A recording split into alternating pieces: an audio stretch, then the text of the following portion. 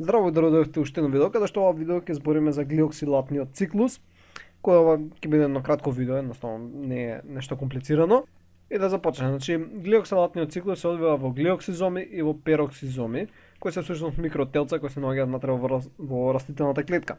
Сега, ова е еден вид на модифициран ТЦА, односно модифициран Крепсов циклус, каде што исто започнуваме со ацетилкоензим А.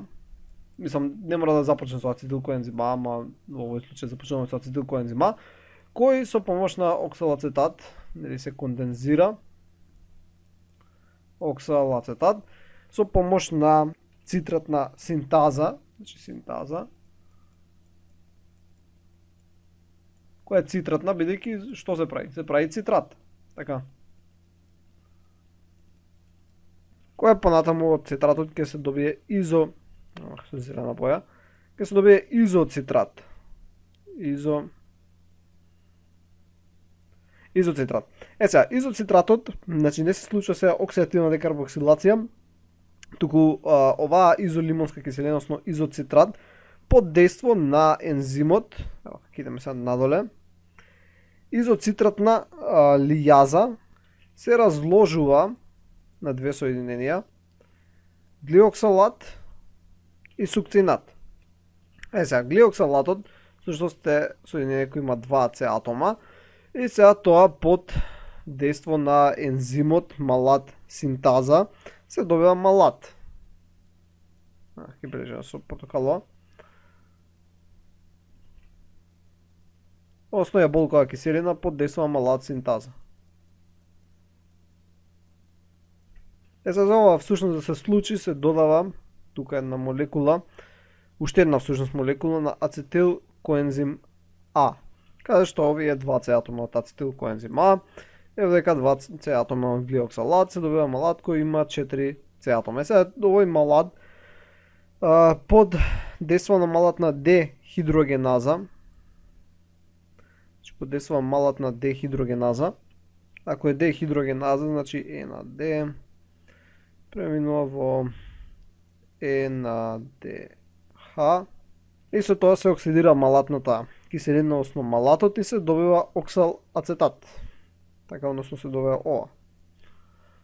А сукцинатот влегува во глиоксизомот, односно од глиоксизомот, ова е всушност глиоксизомот, преминува во митохондријата, каде што всушност се претвара во малат. Во ТЦА. ТЦА циклусот се претвара во малат сукцинатот. Сега кога што можете да видите дека не се губи ни С ни ништо, едноставно тени соединенија се вртат во други. Така е, сега зошто е ова важно? Едноставно се добиваат некои си измеѓу соединенија.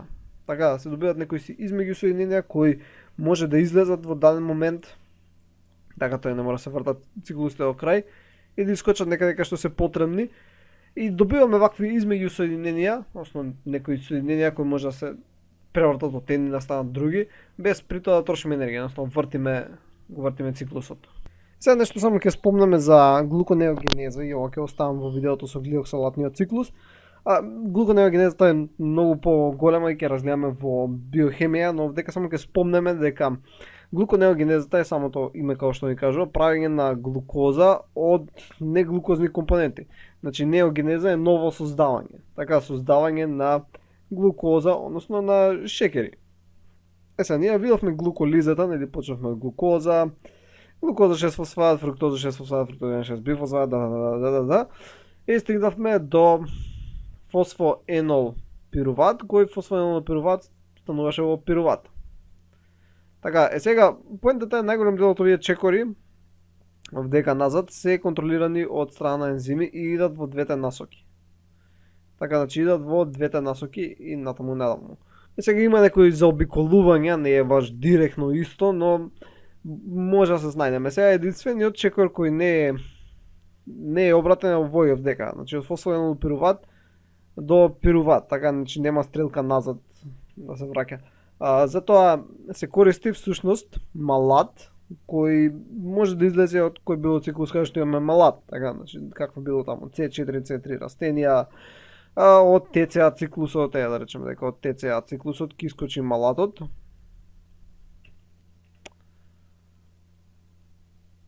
или од глиоксизоми, од глиоксалатен циклус, што било. И сега тој малат всушност се оксидира во оксалацетат. Значи прави оксалацетат, каде што оксалацетатот под дејство на АТП и пеп карбоксикиназа. Значи, ева ќе направиме. Под дејство на АТП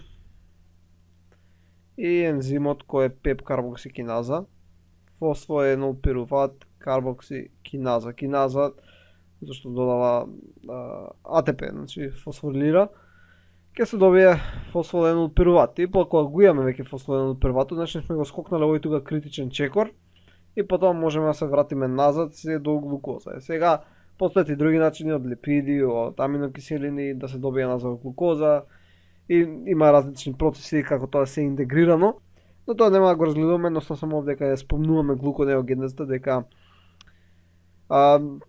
може да се одвива и нели овдека ацетилкоензимот А всушност може да действува во ова, каде што ацетилкоензим А ќе влезе во ТЦА циклусот и ќе стигне нели до малат и потоа малатот ќе стигне до фосфоенолпируват и потоа фосфоенолпируватот ќе стигне до глукоза. Така што индиректно ацетилкоензим А нели влегува во глуконеогенеза. Но како што реков, ова е покомплексно, ќе разгледаме во биохемија, ова е само некако општа слика дека може да се прави глукоза, може да се прават шекери од неоргански соединенија. Така да еднаш кога ќе направиш од шекер нешто, можеш и назад да се вратиш. За некои работи нема назад. И тоа беше се за ова видео, се надам дека научивте нешто ново и ќе се видиме во наредното видео. Дојдување.